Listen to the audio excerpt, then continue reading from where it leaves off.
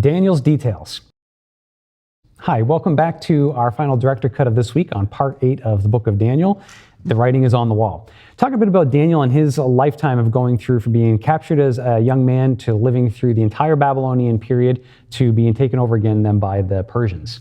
It is interesting to note that it was, as we talked about in the message and in the other director's cuts, that Daniel being the one on the night that Babylon fell, to be the one to really worship and extol the Most High God based upon the interpretation of the writing on the wall because of the use of the contents of the temple that they had desecrated.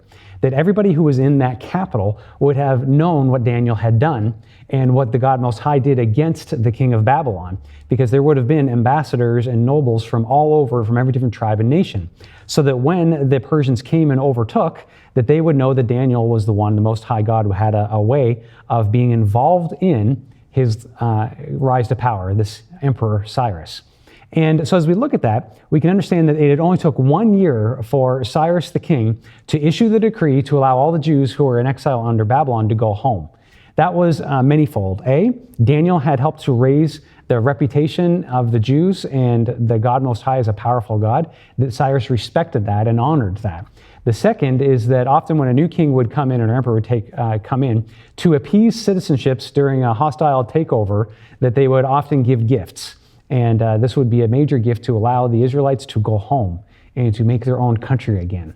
And it would be subject to Cyrus as a city-state that would use its own nobles and kings, but it would still be subject to him.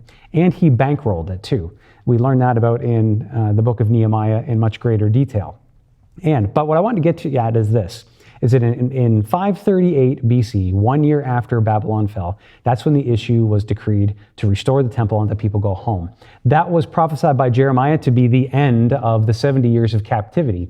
So we backtrack back 70 years, that takes us to 608, 609 BC. That is when Assyria fell. Assyria was the superpower of the day, and Nebuchadnezzar as a prince for 4 years, had routed them and made them powerless, and finally concluded that in 605 BC.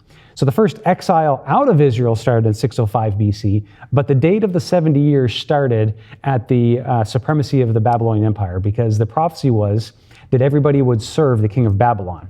And though he hadn't taken pure control yet until 605 BC, he had destroyed the Assyrians and had already pushed back the Egyptians at 609 BC, and at that time frame, that's when King Josiah teamed up with the Egyptians, tried to push the Babylonians back, and he ended up losing his life over it, thus beginning the exile. So Daniel was only a teenager when he was taken in 605 BC.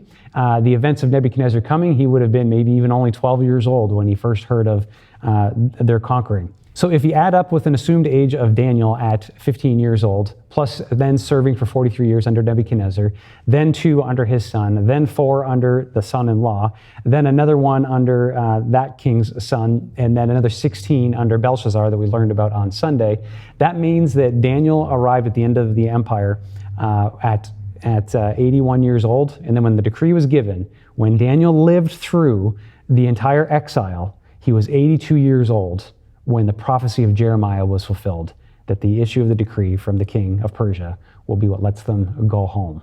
So Daniel could have lived long enough to go back into the land and to see the temple that was built and commissioned.